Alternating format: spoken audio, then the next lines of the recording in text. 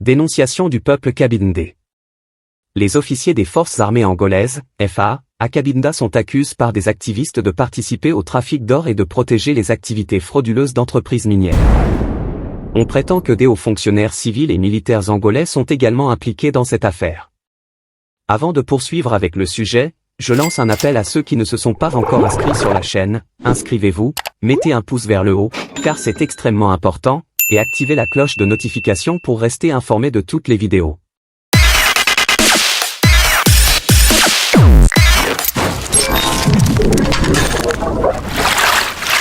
La dynamique complexe des intérêts dans la persistance du conflit à Cabinda. Le commerce illégal de minéraux à Cabinda persiste malgré les efforts pour le contrôler. Les officiers angolais, en particulier le lieutenant-général Tukikebe Tussan dos Santos, commandant de la région militaire de Cabinda, sont accusés de complicité dans des activités illicites. Les activistes cabindais ont mis en lumière la collaboration entre les forces de sécurité angolaises et les trafiquants de minéraux, présentant des preuves et des témoignages. Les activités clandestines comprennent non seulement le trafic de minéraux, mais aussi des actes de violence, comme les meurtres de jeunes de Bukusawu. Le lieutenant-général est accusé de posséder un vaste arsenal de détecteurs de métaux, utilisés pour exploiter clandestinement des gisements d'or, avec la participation d'une entreprise brésilienne à Bukusawu. L'entreprise semble bénéficier de la protection des FA, soulignant l'implication directe des autorités militaires dans ces activités illicites. Des liens entre le trafic d'or à Cabinda et des personnalités politiques de haut rang en Angola sont mis en évidence. L'ancien gouverneur de Cabinda, Eugenio César Laborino, actuel ministre de l'Intérieur, est accusé d'être impliqué dans l'envoi d'or et du lieutenant-général à Pointe-Noire, en République du Congo-Brazzaville. Ces révélations mettent en évidence la complexité du réseau criminel dans la région et la complicité à différents niveaux de l'appareil étatique. Malgré les preuves et les appels à l'action, le gouvernement angolais semble réticent à enquêter sur ces pratiques illégales, laissant ainsi impunis les responsables de ces crimes économiques et environnementaux. Le commerce illégal de minéraux à Cabinda, avec la participation de hauts fonctionnaires militaires et de personnalités politiques influentes, continue de prospérer, alimentant un cycle de violence et d'exploitation dans la région. Les efforts des activistes locaux se heurtent à l'indifférence des autorités gouvernementales. Pour mettre fin à ces activités criminelles et rétablir l'ordre dans la région, il est impératif que le gouvernement angolais prenne des mesures concrètes, en menant des enquêtes approfondies et en traduisant les responsables en justice. Seul l'engagement ferme des autorités nationales et internationales permettra de mettre fin à cette exploitation abusive des ressources naturelles de Cabinda et de garantir un avenir plus juste et plus sûr pour ses habitants. Les défenseurs des droits de l'homme, en collaboration avec des organisations internationales telles que Global Witness, Amnesty International et Oxfam, doivent intensifier leurs efforts pour mettre en lumière ces pratiques illégales et exiger des comptes à ceux qui en sont responsables. Il est impératif que la communauté internationale surveille de près la situation à Cabinda et fasse pression sur le gouvernement angolais pour qu'il prenne des mesures immédiates afin de mettre fin à ces activités frauduleuses et de garantir la protection des droits des populations locales. Pour dissimuler leur trafic illicite, les autorités militaires de la FA ont lancé une opération contre les étrangers à Belize. Une opération coordonnée par les organes du ministère de l'Intérieur et des forces armées angolaises déployées dans la municipalité de Belize a abouti, le dernier samedi, 17 février 2024, à l'arrestation de 35 citoyens étrangers, dont 29 Congolais de la République démocratique du Congo, RDC, et 6 Congolais du Congo-Brazzaville, accusés de pratiquer l'exploitation illicite de minéraux stratégiques, or. Les personnes susmentionnées ont été surprises par les forces de l'ordre sur la rivière Mbilizi, à 23 km de la ville de Belize, exploitant de l'or sans être autorisées à le faire. En possession des personnes impliquées, plusieurs outils utilisés pour l'exercice de l'activité et plus de 10 grammes d'or, équivalent à plus de 500 000 kwanza, ont été saisis. Il est à noter que les personnes impliquées sont déjà en détention du ministère public pour des procédures ultérieures, et des actions de lutte contre le phénomène se poursuivront pour contenir la pratique. La persistance du conflit à Cabinda est étroitement liée aux intérêts personnels des généraux angolais, qui profitant de la guerre imposent au peuple cabindais par le MPLA pour perpétuer leur trafic illicite de minéraux. Cette situation révèle une dynamique complexe où les intérêts économiques prévalent sur la quête de paix et de stabilité à Cabinda. Bien que le président angolais João Lourenço ne fasse aucun effort pour résoudre le conflit militaire sur le territoire, les ambitions des généraux continuent de compromettre les initiatives de pacification. Les généraux angolais ont trouvé dans le conflit à Cabinda une opportunité lucrative pour leurs activités criminelles. En maintenant la guerre, ils bénéficient d'un environnement propice à leurs trafics illicites de minéraux, échappant ainsi à toute forme de contrôle ou de responsabilité. Cette stratégie perfide leur permet de préserver leurs intérêts personnels au détriment de la paix et du bien-être de la population cabindaise, qui fait face à la misère. Malheureusement, le président angolais João Lourenço s'est retrouvé au piège établi par ses généraux, se retrouvant dans une impasse pour une résolution pacifique du conflit. La volonté politique de mettre fin à la guerre est compromise par les intérêts économiques des généraux, créant un cycle vicieux où la paix devient un objectif difficile à atteindre. Malgré les pressions des Cabinda et les appels à une résolution pacifique du conflit, les généraux angolais continuent d'entraver les initiatives de paix, mettant en péril les efforts de stabilisation à Cabinda. Le président angolais est confronté à un dilemme politique complexe, devant concilier les intérêts divergents de ses généraux avec les aspirations à la paix de la population de Cabinda.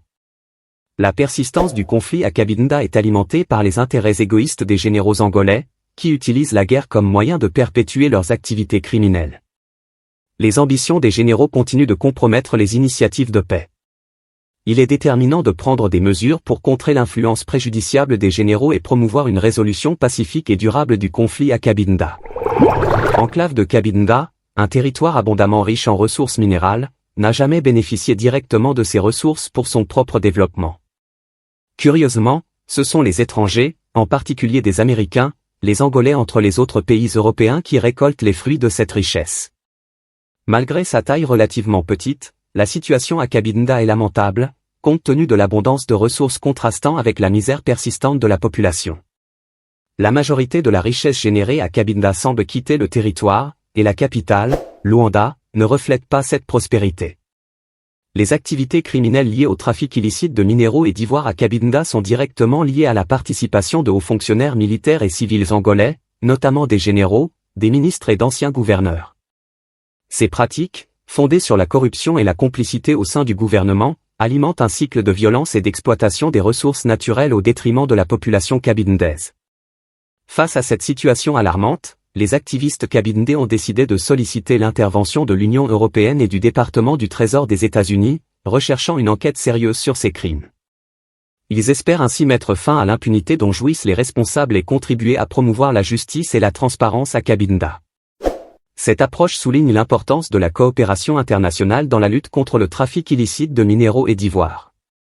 En travaillant ensemble, les activistes et les organisations internationales peuvent renforcer les mécanismes de surveillance et de contrôle, contribuant à éradiquer ces pratiques criminelles qui alimentent l'instabilité et la violence à Cabinda.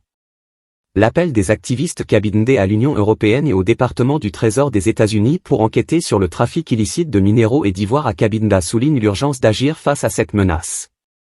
Il est important que la communauté internationale réponde à cet appel en menant une enquête sérieuse et en prenant des mesures concrètes pour mettre fin à l'impunité et à la complicité au sein du gouvernement angolais. En travaillant ensemble, nous pouvons contribuer à promouvoir la justice, la transparence et la stabilité à Cabinda. Cabinda devrait avoir une infrastructure robuste, similaire à celle de l'État du Texas, compte tenu de la richesse existante sur le territoire. Cependant, l'administration actuelle du MPLA semble négliger cette potentialité. Le manque d'infrastructures à Cabinda est évidente, notamment des routes en mauvais état, des nids de poules et d'autres déficiences. Un exemple est la situation de la route de Mikonge, dans la municipalité de Belize, dans la région de Osundi, qui manque de routes adéquates, conduisant la population locale à se demander si elle est réellement considérée comme faisant partie du peuple de Cabinda. Enclave de Cabinda est divisée en 4 municipalités, le siège, Cabinda, Kakongu, Bukusawu et Belize. Malheureusement, la municipalité de Belize fait face à plusieurs problèmes, dont le manque d'infrastructures.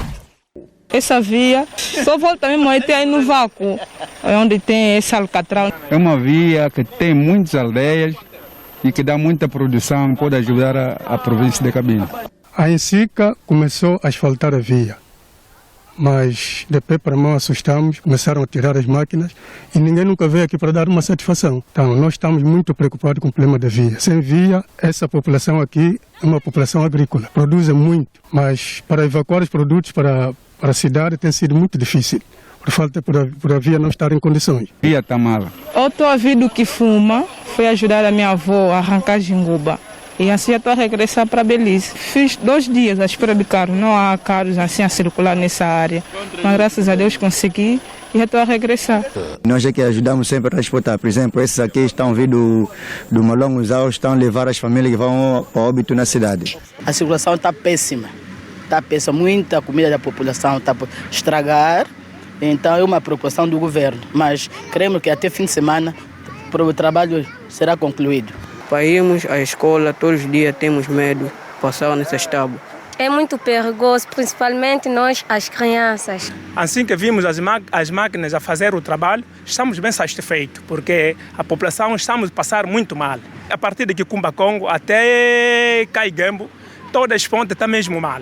E precisamos do esforço do governo para nos reabilitar tais pontes.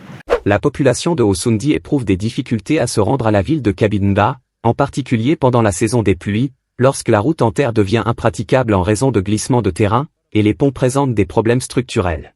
Les habitants et conducteurs de la région de Osundi font face à des souffrances quotidiennes, avec des coûts élevés pour utiliser le transport existe.